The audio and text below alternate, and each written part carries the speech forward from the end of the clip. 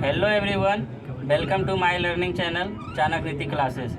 जैसा कि एसपीडी और एनसीईआरटी सार संग्रह दोनों से होमवर्क चल रहा था। पेज नंबर कल 13 दिया गया था और आज जो है वही होमवर्क पूछेंगे। आप लोग सिर्फ एक बार एसपीडी को देख लीजिएगा और यहाँ आके सुनिएगा, इससे आपको पूरा अच्छी तरह से याद हो जाएगा।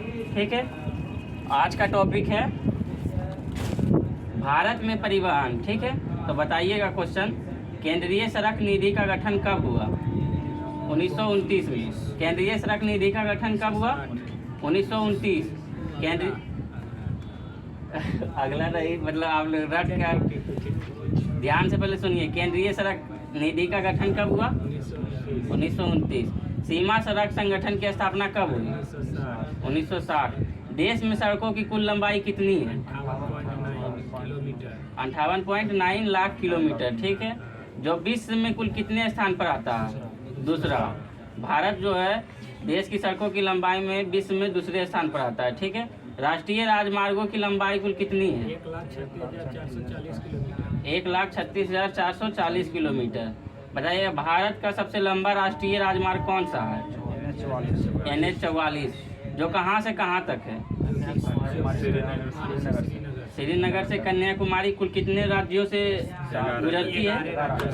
11 राज्यों से गुजरती है। बताइएगा, भारत का सबसे छोटा राष्ट्रीय राजमार्ग NH-47A। ठीक है, भारत का सबसे छोटा राष्ट्रीय राजमार्ग NH-47A, जो कि केरल में कोच्चि से वेलिंगटन द्वीप तक जोड़ता है। वेलिंगटन द्वीप तक। ठीक है, केरल में कोच्चि से वेलिंगटन द्वीप तक जोड़ता है। बताइएगा, जवाहर सुरंग भारत के किस नेशनल हाईवे पर स्थित है? NH-1 पर। जवाहर सुरंग भारत के किस नेशनल हाईवे पर स्थित है? NH-1A। बताइएगा, राष्ट्रीय राजमार्गों का चौराहा या गलियारा कहाँ कहलाता है? तो झांसी कहलाता है। राष्ट्रीय राजमार्गों का चौराहा या गलियारा कहाँ कहलाता है? तो झांसी कहलाता है। ठीक है, बताइएगा, नेशनल हाईवे 1 और 2 सम्मिलित रूप से किसको किसको जोड़ती है? तो कोलकाता से अमृतसर जोड़ती है। ठीक है, जो कि ग्रांड ट्रंक रोड कोलकाता से अमृतसर तक के बीच है। ठीक है, राष्ट्रीय राजमार्गों का निर्माण एवं रखरखाव की जिम्मेवारी किसके पास होती है? केंद्र सरकार के पास होती है। ठीक है, और राज्य राजमार्गों की निर्माण एवं देखरेख की जिम्मेवारी राज्य सरकार। बताइएगा, स्वर्णिम चतुर्भुज योजना के अंतर्गत कुल कितने मीटर लंबे राजमार्ग है? 5,846 किलोमीटर लंबे राजमार्ग। ठीक है, और ये स्वर्णिम चतुर्भुज योजना के तहत किन महानगरों को जोड़ती है? किन किन महानगरों को जोड़ती है? चेन्नई। कुल 4 महानगरों को जोड़ती है: दिल्ली, मुंबई, चेन्नई, कोलकाता। दिल्ली, मुंबई, चेन्नई और कोलकाता। ठीक है, बताइए, परिवहन दिवस कब मनाया जाता है? 10 नवंबर। परिवहन दिवस 10 नवंबर को मनाया जाता है। और सड़क सुरक्षा सप्ताह कब मनाया जाता है? 7 से 13 जनवरी। ठीक है, सड़कों की सर्वाधिक लंबाई भारत के किस राज्य में है? महाराष्ट्र में। और सड़कों की न्यूनतम लंबाई भारत के किस राज्य में? सिक्किम में। बताइएगा, रोड रिसर्च इंस्टीट्यूट किस स्थान पे स्थित है? नई दिल्ली में स्थित है। रोड रिसर्च इंस्टीट्यूट कहाँ स्थित है? नई दिल्ली में। भारत में वायु परिवहन की शुरुआत कब हुई? 1911 में। भारत में वायु परिवहन की शुरुआत 1911 में। और कहाँ से कहाँ हुई थी? किस स्थान से किस स्थान के बीच हुई थी? तो प्रयागराज से नैनी के बीच हुई थी। ठीक है, प्रयागराज से नैनी के बीच। एयर इंडिया की स्थापना कब हुई थी? 1953 ईस्वी में। ठीक है, एयर इंडिया की स्थापना 1953। बताइएगा, एशिया की बड़ी हेलीकॉप्टर सेवा जो पवन हंस की स्थापना कब हुई थी? 15 अक्टूबर 1985। एशिया की सबसे बड़ी हेलीकॉप्टर था, उसका नाम था पवन हंस। इसकी स्थापना 15 अक्टूबर 1985 को हुई थी। बताइए, भारतीय विमानपत्तन प्राधिकरण का गठन कब किया गया? 1 अप्रैल 1995। भारतीय विमानपत्तन प्राधिकरण का गठन कब किया गया? 1 अप्रैल 1995। ठीक है, बताइएगा, कोच्चि का हवाई अड्डा भारत का प्रथम जो है किस क्षेत्र का हवाई अड्डा माना जाता है?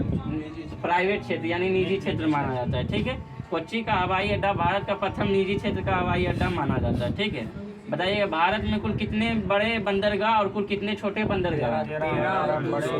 13 सबसे बड़े बंदरगाह और 200 छोटे बंदरगाह। ठीक है, देश का सबसे बड़ा बंदरगाह कहाँ स्थित है? मुंबई में। देश का सबसे बड़ा बंदरगाह कहाँ स्थित है? मुंबई में। ठीक है, उसके बाद बताइएगा देश का सबसे बड़ा कृत्रिम एवं आधुनिक बंदरगाह कौन है?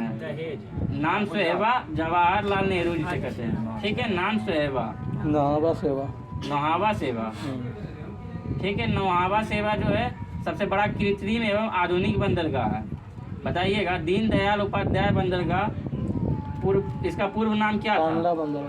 कांडला बंदर का जो है पूर्व नाम था दीनदयाल उपाध्याय वर्तमान में नाम है, और दीनदयाल उपाध्याय का पूर्व नाम था कांडला बंदर। ठीक है, जो कि कहाँ स्थित है?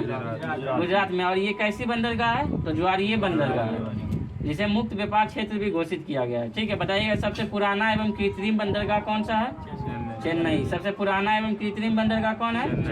चेन्नई है। मुंबई एवं कोचीन के बंदरगाह कैसी है, मतलब उसकी आकृति कैसी है? तो प्राकृतिक। मुंबई एवं कोचीन बंदरगाह कैसी है? तो प्राकृतिक है। बताइए पहला रसायन बंदरगाह कहाँ स्थित है? दहेज, गुजरात में। ठीक है, पहला रसायन बंदरगाह कहाँ स्थित है? गुजरात में, दहेज, गुजरात में। सबसे गहरा बंदरगाह, ठीक है, बताइएगा सबसे गहरा बंदरगाह विशाखापट्टनम। बताइएगा बड़ा पृष्ठ प्रदेश वाला बंदरगाह कहाँ स्थित है? बड़ा पृष्ठ वाला बंदरगाह कहाँ स्थित है? तो कोलकाता में स्थित है। बताइएगा सबसे बड़ा कंप्यूटराइज्ड एवं निगमित बंदरगाह कौन सा है? तो चेन्नई है। सबसे बड़ा कंप्यूटराइज्ड एवं निगमित बंदरगाह कौन सा है? तो चेन्नई है। इसका पुराना नाम एन्नौर भी है। ठीक है, चेन्नई का पुराना नाम एन्नौर। बताइएगा जो है B.O. चिदम्बरनार इसका पुराना नाम क्या है? B.O. चिदम्बरनार का पुराना नाम क्या है? तो तुत्तुकोरिन है। तुत्तिकोरिन या तुत्तुकोरिन दोनों हो सकता है, इसमें दिया हुआ है तुत्तिकोरिन। ठीक है, B.O. चिदम्बरनार का पुराना नाम क्या है? तो तुत्तिकोरिन। बताइए और ये कहाँ स्थित है? तमिलनाडु में स्थित है, और ये एक मत्स्य बंदरगाह है। ठीक है, मोरमुगांव बंदरगाह किस राज्य में स्थित है? गोवा में। पारादीप बंदरगाह किस राज्य में स्थित है? उड़ीसा में। और अल्लेपी बंदरगाह किस राज्य में स्थित है? केरल में। ठीक है, बताइए अब अगला टॉपिक है भारतीय प्रतिरक्षा। अगला टॉपिक है भारतीय प्रतिरक्षा। तो अगला क्वेश्चन बोलिएगा थल सेना, वायुसेना तथा नौसेना का मुख्यालय कहाँ स्थित है? नई दिल्ली। तीनों जो है तीनों सेना का मुख्यालय कहाँ स्थित है? नई दिल्ली। भारत के प्रथम रक्षा मंत्री कौन थे? बलदेव सिंह। थल सेना के 7 कमान में बांटा गया। थल सेना को कितने कमानों में बांटा गया? 7 कमानों में। देखिए ध्यान से सुनिएगा, दक्षिण में पुणे और मध्य में लखनऊ, पूर्वी में कोलकाता, उत्तरी में उधमपुर और पश्चिमी में चंडीगढ़ और दक्षिणी पश्चिमी में जयपुर। ठीक है, और इसका प्रशिक्षण कमान का मुख्यालय कहाँ है?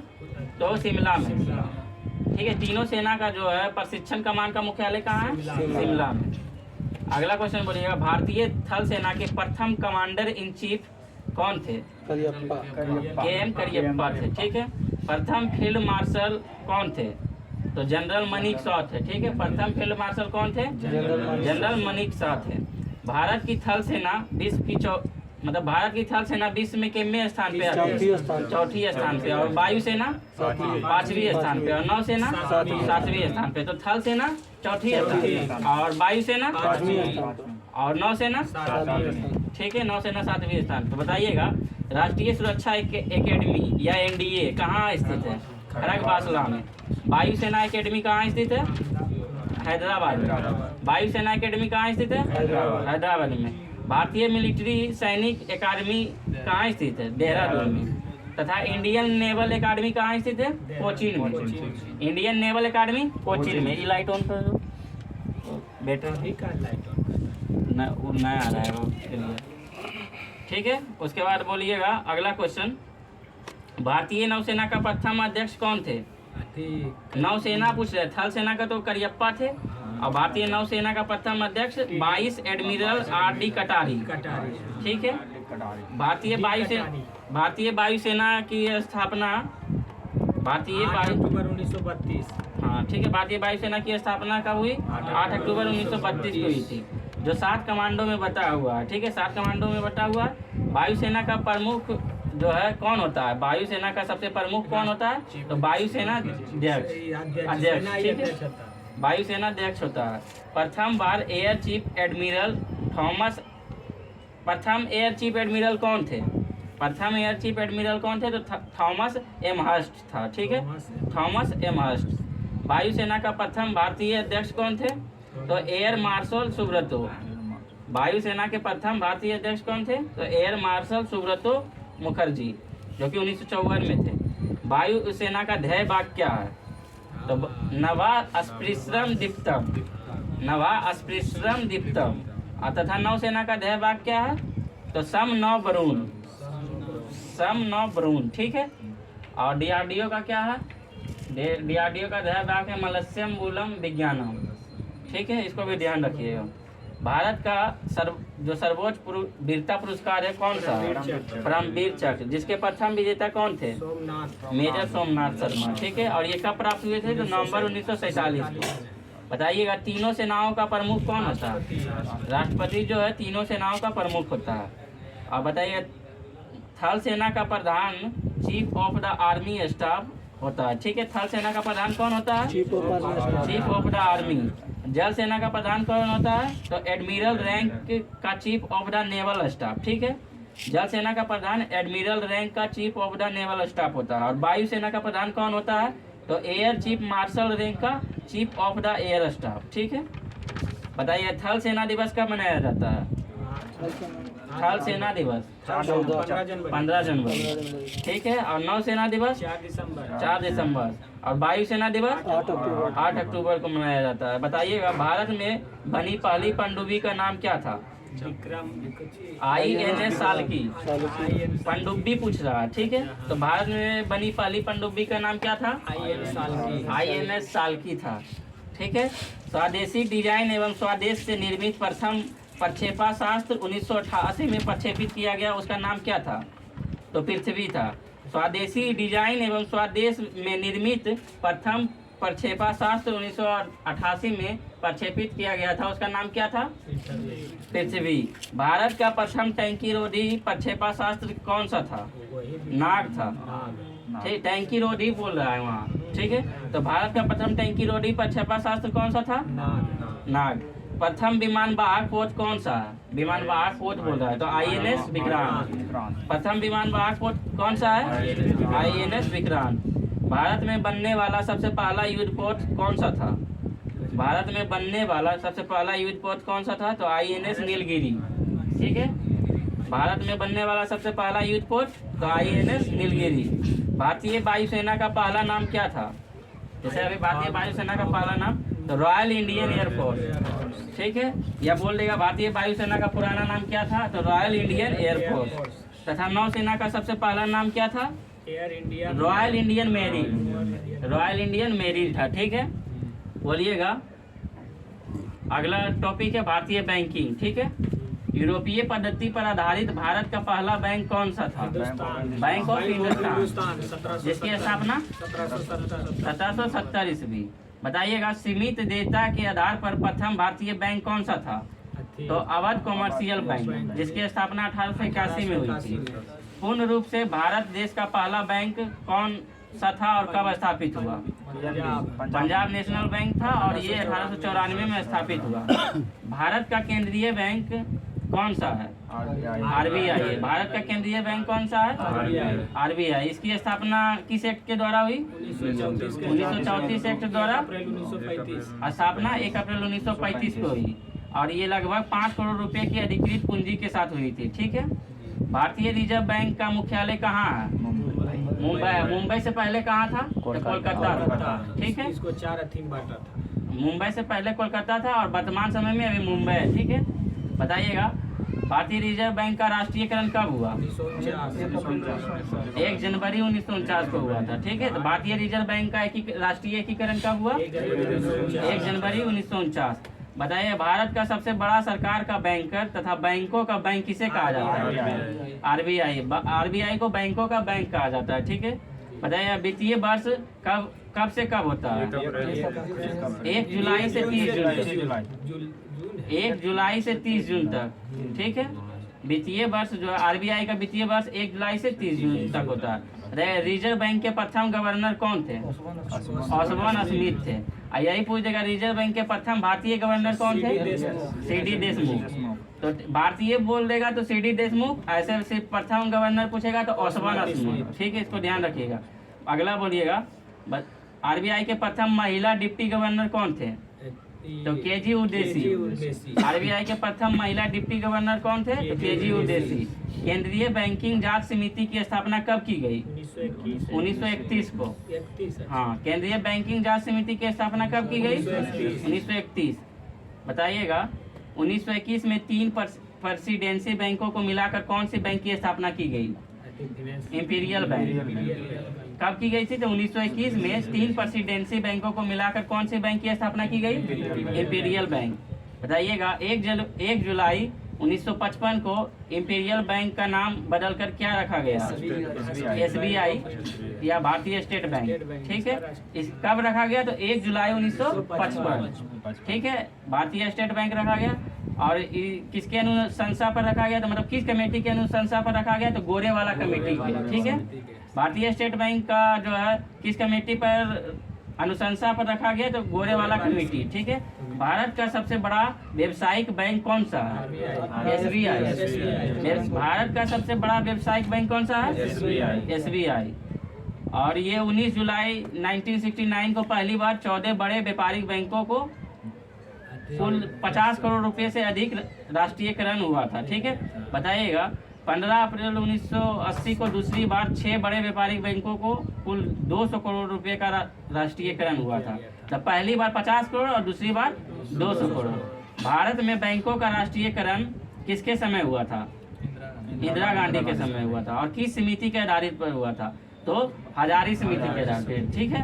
भारत में बैंकों का राष्ट्रीयकरण किसके समय हुआ था? किस पीएम के समय हुआ था? ऐसे क्वेश्चन पूछेगा। तो इंदिरा गांधी के पीएम के समय। और किस समिति के आधारित पर हुआ था? तो हजारी समिति पर। बताइएगा बैंकों का राष्ट्रीयकरण के समय आरबीआई के गवर्नर कौन थे? एल के झा, ठीक है। बैंकों का राष्ट्रीयकरण के समय आरबीआई के गवर्नर कौन थे? एल के झा। बताइएगा वर्तमान में राष्ट्रीयकृत बैंकों की संख्या कुल कितनी है? 12। देश का पहला क्षेत्रीय ग्रामीण बैंक की स्थापना कब हुई? 1975, 2 अक्टूबर 1975 को, ठीक है। बताइएगा 2 अप्रैल 1994 को स्थापित यूटीआई बैंक का नाम बदलकर 30 जुलाई 2007 में क्या रखा गया? Axis bank. एक्सिस बैंक का पहला नाम यूटीआई था, जो कि 30 जुलाई 2007 को नाम बदलकर एक्सिस बैंक रखा गया, ठीक है। देश में सर्वाधिक शाखाएं किसकी है? कौन सी बैंक की है? एसबीआई की। देश में सर्वाधिक शाखाएं कौन सी बैंक की है? एसबीआई की। भारतीय बैंकों की सर्वाधिक शाखाएं कहाँ है? तो ब्रिटेन में। भारतीय बैंकों की सर्वाधिक शाखाएं कहाँ है? तो ब्रिटेन में है, ठीक है।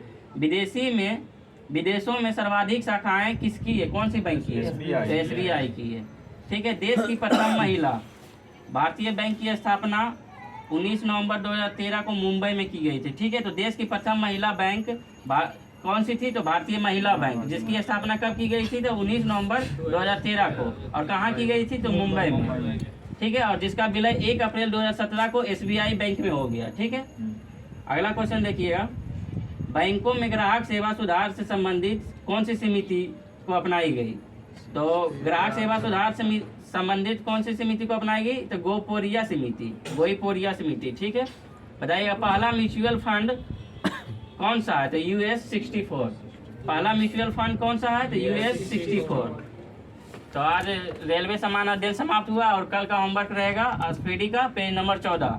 रेलवे समान अध्ययन का पेज नंबर 14 रहेगा और कल दिए थे इसका भी पेज नंबर 13, समान विज्ञान का भी पेज नंबर 13 था, जिससे हम अभी क्वेश्चन पूछते हैं,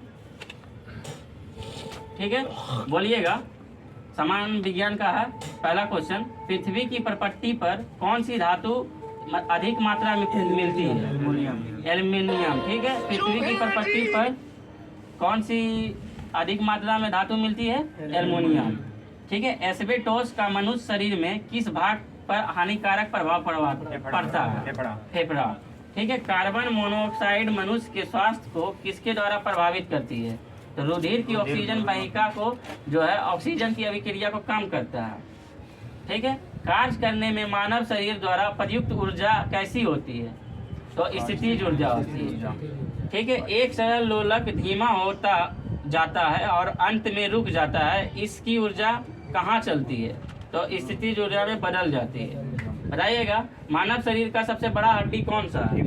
फीमर है, जो कि कहाँ पाया जाता है? जांघ में पाया जाता है। ठीक है, हाइड्रोजन से भरा गुब्बारा ऊपर जाकर फट जाता है, क्यों फट जाता है? वायु दाब ऊपर जाने के बाद घटता है। ठीक है, पानी के अंदर ध्वनि सुनने का यंत्र क्या कहलाता है? मतलब पानी के अंदर ध्वनि सुनने का यंत्र क्या कहलाता है? हाइड्रोफोन।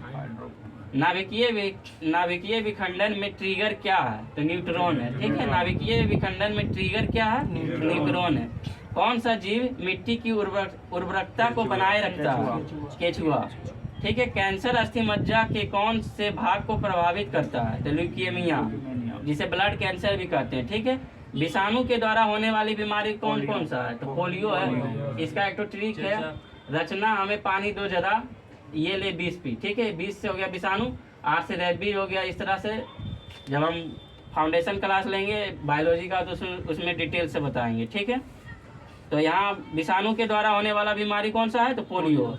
किस अम्ल की उपस्थिति में हमारे पेट में होती है? हाइड्रोक्लोरिक अम्ल जो है, इसकी उपस्थिति हमारी पेट में होती है। ठीक है, परिशोधक का प्रयोग परिवर्तन के लिए क्या किया जाता है? तो उष्मा ऊर्जा को विद्युत ऊर्जा में बदलता है। ट्रांजिस्टर का मुख्यतः क्या कार्य है? बिजली से चलने वाला साधन है। ठीक है, मानव शरीर में कार्बोहाइड्रेट पुनः संग्रह होता है किस रूप में? तो ग्लाइकोजन के रूप में।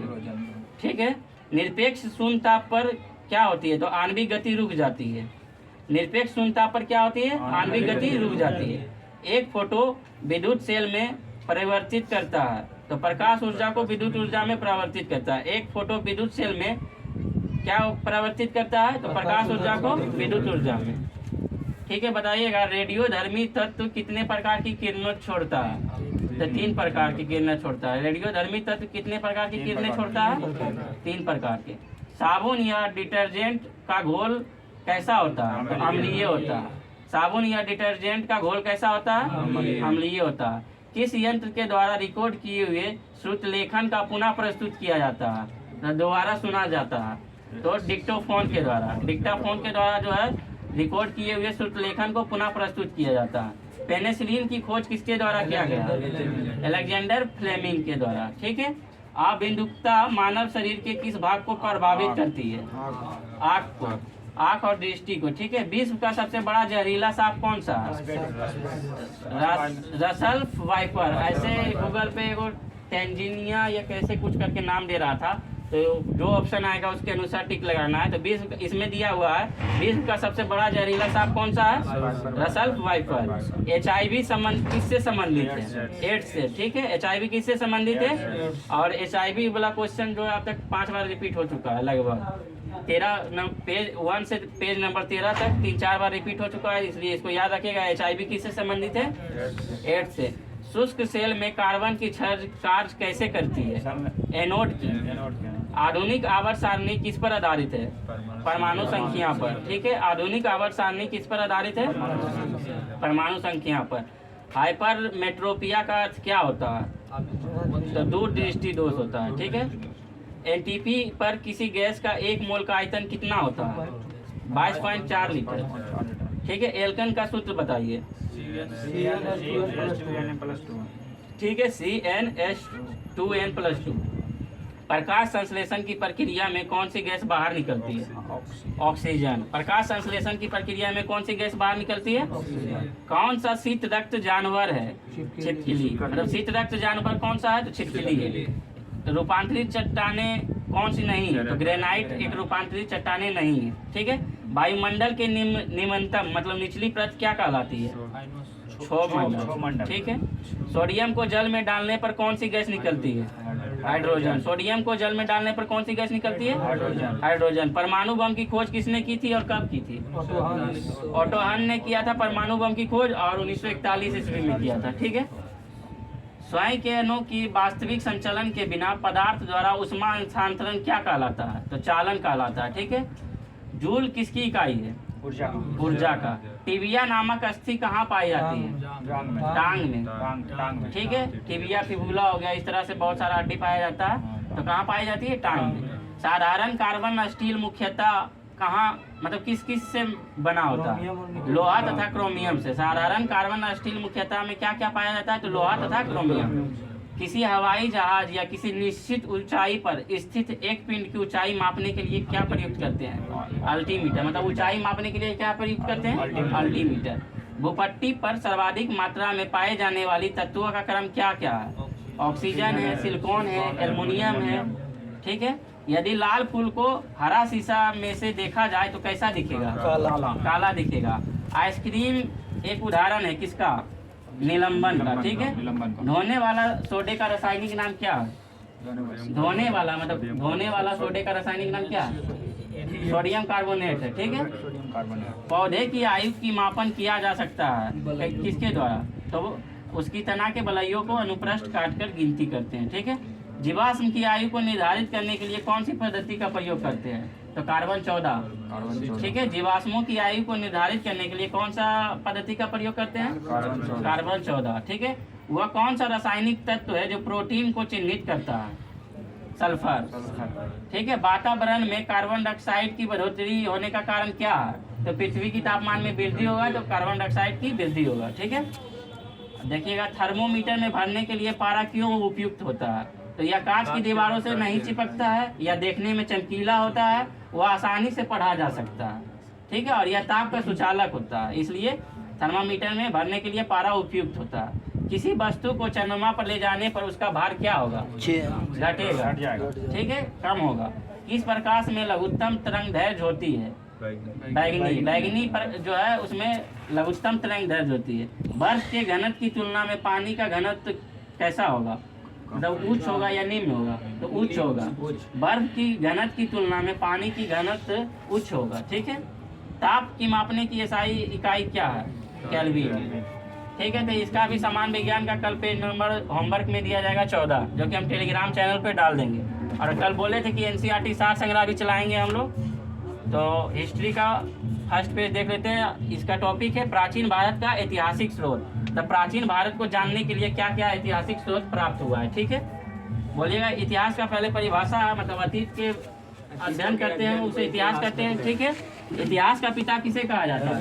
हेरोडोटस। इतिहास का पिता किसे कहा जाता है? हेरोडोटस। बताइएगा, प्राचीन भारत के इतिहास से संबंधित प्रथम वास्तविक पुस्तक किसे माना गया है? तो राष्ट्ररंगिणी। ठीक है। राष्ट्ररंगिणी किसके द्वारा लिखा गया? कलहन के द्वारा। ठीक है। बताइएगा, उत्कीर्ण चिन्ह वाले प्राचीनतम सिक्का को क्या कहते हैं? तो आहत सिक्का कहते हैं। ठीक है। उत्कीर्ण चिन्ह वाले प्राचीनतम सिक्का को क्या कहते हैं? आहत सिक्का। आहत सिक्का कहते हैं। बताइए, सिक्कों का अध्ययन क्या कहलाता है? न्यूमिस्मेटिक्स या मुद्रा शास्त्र। ठीक है। हिंदी में मुद्रा शास्त्र और न्यूमिस्मेटिक्स कहते हैं। सिक्कों के अध्ययन को क्या कहते हैं? न्यूमिस्मेटिक्स। ठीक है। भारत में प्राग ऐतिहासिक खोज प्रारंभ करने का श्रेय किसे दिया जाता है? तो प्राइमरोज को। डॉक्टर प्राइमरोज को जो है प्राग ऐतिहासिक खोज का श्रेय दिया जाता है। ठीक है। भारतीय प्राग ऐतिहासिक अध्ययन से संबंधित प्री हिस्टोरिक इंडिया किसकी कृति है? तो स्टुअर्ट पिगट की। ठीक है। ध्यान से सुनिएगा, भारतीय प्राग ऐतिहासिक अध्ययन से संबंधित प्री हिस्टोरिक इंडिया किसकी कृति है? तो स्टुअर्ट पिगट की है। चीनी यात्री ने अपना यात्रा वृत्तांतों में भारत के लिए किस शब्द का प्रयोग किया? इंतु। जितने भी चीनी यात्री आए थे और वो अपना यात्रा वृत्तांत में भारत के लिए जो है इंतु शब्द का प्रयोग किया। ठीक है। उत्कीर्ण लेखों के अध्ययन क्या कहलाता है? तो अभिलेख शास्त्र कहलाता है। उत्कीर्ण लेखों का अध्ययन क्या कहलाता है? अभिलेख शास्त्र या एपिग्राफी इसे बोलते हैं। ठीक है। लिपियों के विकास के अध्ययन को कौन सा विद्या कहा जाता है? तो प्रालिपि विद्या कहा जाता है। ठीक है। लिपियों के विकास के अध्ययन को प्रालिपि विद्या कहा जाता है। सर्वप्रथम भारतवर्ष नाम का उल्लेख किस अभिलेख से प्राप्त हुआ है? तो हाथी गुम्फा अभिलेख। सर्वप्रथम भारतवर्ष का जो नाम है, भारत का नाम भारतवर्ष था, उसका उल्लेख किस अभिलेख से प्राप्त हुआ है? तो हाथी गुम्फा अभिलेख से। प्राचीन भारत का सर्वप्रथम सुनियोजित इतिहास किसने तैयार किया? तो B.S. स्मिथ। प्राचीन भारत का सर्वप्रथम मतलब सीक्वेंस ढंग से इतिहास को किसने तैयार किया? तो B.S. स्मिथ। ठीक है। इतिहास को 3 भाग में बांटते हैं, प्राग ऐतिहासिक काल, आदि ऐतिहासिक काल और ऐतिहासिक काल। ठीक है। मानव की उत्पत्ति प्राग ऐतिहासिक काल में हुई थी, जो कि 3000 ईस्वी पूर्व तक था, ठीक है। और आज ऐतिहासिक काल का जो है 3000 से 600 ईसा पूर्व तक माना जाता है। और ऐतिहासिक काल 600 ईस्वी, मतलब जब जैन बौद्ध धर्म और बहुत सारे शासक उत्पन्न हुए तब ऐतिहासिक काल माना जाता है, ठीक है। बताइएगा, प्राचीन भारतीय इतिहास को जानने के लिए किन किन स्रोतों का प्रयोग किया? तो धार्मिक ग्रंथ, ऐतिहासिक ग्रंथ, पुरातात्विक शास्त्र और विदेशी विवरण। 4 गो जो है स्रोत प्राप्त है, धार्मिक ग्रंथ और ऐतिहासिक ग्रंथ, विदेशी विवरण और पुरातात्विक स्रोत, ठीक है। ब्राह्मी लिपि को सर्वप्रथम किस विद्वान ने पढ़ा था? तो जेम्स प्रिंसेप। कब पढ़ा था? 1837 में। ब्राह्मी लिपि को क्वेश्चन पूछा जाता है, इसलिए हम बोल रहे हैं। ब्राह्मी लिपि को सर्वप्रथम किसने? James Prinsep. जेम्स प्रिंसेप 1837 में। भारत के प्राचीनतम ग्रंथ वेदों के संकलनकर्ता किसे माना जाता है? वेद व्यास को। भारत के प्राचीनतम ग्रंथ वेद के, मतलब वेद के रचयिता कौन है? तो सीधा वेद व्यास है, इसमें घुमा दिया गया है। हाँ, महर्षि वेद व्यास, ठीक है। पौराणिक मान्यता के अनुसार भारत के प्राचीनतम राजा कौन सा है? तो वैश्वत मनु है, ठीक है। पौराणिक क्वेश्चन में ध्यान से सुनिए, पौराणिक मान्यता के अनुसार भारत के सबसे प्राचीनतम राजा कौन सा है? तो वैश्वत मनु है। वायु पुराण में से किस वंश का उल्लेख है? गुप्त वंश का। बताइएगा, अर्थशास्त्र किसकी रचना है? कौटिल्य, ठीक है, कौटिल्य की है। जो कि यह किस वंश से संबंधित रखता है? तो मौर्य वंश से। जैन धर्म का प्रारंभिक इतिहास किस ग्रंथ से प्राप्त होता है? कल्पसूत्र। जैन धर्म का प्रारंभिक इतिहास जो है कल्पसूत्र से प्राप्त होता है, ठीक है। और ये भारतीय पुरातत्व सर्वेक्षण किस मंत्रालय के अधीन आता है? तो संस्कृति मंत्रालय के अधीन आता है, ठीक है। भारतीय पुरातत्व सर्वेक्षण किस मंत्रालय के अधीन आता है? सांस्कृतिक मंत्रालय। लाओ तो 10 क्वेश्चन हम पूछ देते हैं करंट अफेयर्स का। लाओ तुम अपने दो टेलीग्राम में खोल के, कोई दिक्कत नहीं, 10 क्वेश्चन है, सुन लेगा, याद हो जाएगा।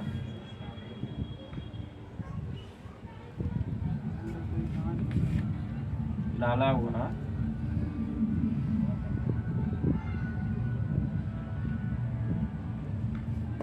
ऐसी ग्रुप में भेज दीजिएगा।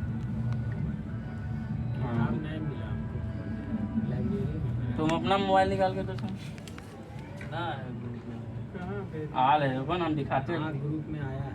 देखो, अच्छा, 3 मई 2024 का करंट अफेयर। आज 4 मई वाला नहीं आया हुआ है। 4 मई वाला नहीं भी है। हाँ, नहीं डाले क्या? भूल गए होंगे 4 मई। हाँ, 3 मई का। आज 4 मई 2024 का जो अति महत्वपूर्ण प्रश्न है करंट अफेयर्स का, वो ध्यान से सुनिएगा। सॉरी, 4 मई का है। हाँ, देखिएगा, हाल ही में 31वां विश्व प्रेस स्वतंत्रता दिवस 2024 कब मनाया गया? तो 3 मई को, ठीक है। 31वां विश्व प्रेस स्वतंत्रता दिवस 2024 कब मनाया गया? 3 मई को, ठीक है। ध्यान से सुनिए, मतलब क्वेश्चन सीधा पूछेगा, विश्व प्रेस स्वतंत्रता दिवस कब मनाया जाता है? 3 मई को। हाल ही में किसे दूसरी बार ग्रीन ऑस्कर या बिटली गोल्ड अवार्ड 2024 से किसे सम्मानित किया गया है? तो पूर्णिमा देवी बर्मन। पूछेगा, बिटली गोल्ड अवार्ड 2024 से किस व्यक्ति को सम्मानित किया गया? पूर्णिमा देवी बर्मन, ठीक है। तीसरा क्वेश्चन सुनिएगा, भारत चीन के बीच विवाद का स्थल बनी सक्साम घाटी कहाँ स्थित है? तो काराकोरम के बगल में स्थित है, ठीक है। भारत चीन के बीच विवाद जो हुआ है, सक्साम घाटी कहाँ स्थित है? तो काराकोरम के बगल में। और इसको एक बार आप लोग करंट अफेयर्स डेली 2 बजे अपलोड किया जाता है, वहाँ पढ़ के आइएगा। तो यहाँ सिर्फ सुनिएगा, फिर बताइएगा, ठीक है। हाल ही में, चौथा क्वेश्चन देखिएगा, हाल ही में दुनिया का सबसे गहरा ब्लू होल कहाँ खोजा गया है? तो मैक्सिको में। दुनिया का सबसे गहरा ब्लू होल कहाँ खोजा गया? मैक्सिको, ठीक है। हाल ही में अमूल T20 विश्व कप 2024 किस क्रिकेट टीम का प्रायोजक बना है? जो पहले देखिए, T20 विश्व कप जो है, इसका होस्ट देश यूएसए और वेस्ट इंडीज है। इसमें कुल 20 देश शामिल होंगे और ये 90 क्रम का है, जो कि इसका अभी अमूल बना है प्रायोजक। मतलब यहाँ जो बैनर छपता है टी शर्ट पे, उसका अमूल जो बना है, ये दक्षिण अफ्रीका तथा यूएसए का जो जर्सी पे अमूल का लोगो लगेगा, ठीक है। A और B दोनों होगा, दक्षिण अफ्रीका और यूएसए। छठा क्वेश्चन देखिएगा, हाल ही में NPCI ने UPI के समान भुगतान प्रणाली विकसित करने के लिए पहली बार अंतर्राष्ट्रीय स्तर पर किसके साथ समझौता किया गया? तो नामीबिया के साथ, ठीक है। 7वां क्वेश्चन देखिएगा, 8 ट्रिलियन रुपये से अधिक के मार्केट कैप के साथ भारत के शीर्ष 5 कंपनी में शामिल होने वाले उपलब्धि किसने हासिल किया है? तो ICCI बैंक, ठीक है, ICCI बैंक जो है 8 ट्रिलियन रुपये से अधिक भारत के मार्केट कैप के साथ 5 इस कंपनियों में फर्स्ट स्थान हासिल किया। 8वां क्वेश्चन देखिएगा, चर्चा में रहे हज प्ले ट्रू अभियान का संबंध किससे है? तो राष्ट्रीय डोपिंग रोधी एजेंसी से, ठीक है। 9वां क्वेश्चन देखिएगा, पहली बार दिल्ली और दुबई रूट पर एयरबस A350 और 900 के साथ अंतर्राष्ट्रीय यात्रा की शुरुआत किसने की? तो एयर इंडिया, ठीक है। 10वां क्वेश्चन देखिएगा, हाल ही में वर्ष 2034 में परिपक्व होने वाले फ्लोटिंग रेट बॉन्ड किसने लॉन्च किया है? तो RBI। 2034 में परिपक्व होने वाले फ्लोटिंग रेट बॉन्ड किसने लॉन्च किया है? RBI। तो इसी तरह आप लोग एक बार पढ़ के आइएगा करेंट अफेयर्स, 10 से 20 मिनट का वीडियो रहता है जो कि करेंट अफेयर्स भी क्लियर होते चल जाएगा। और कोई प्रमाणिक बुक चलाएंगे करेंट अफेयर्स का, जो कि हर दिन एक टॉपिक उठाया जाएगा, ठीक है। तो आज के लिए इतना ही, थैंक यू, जय हिंद।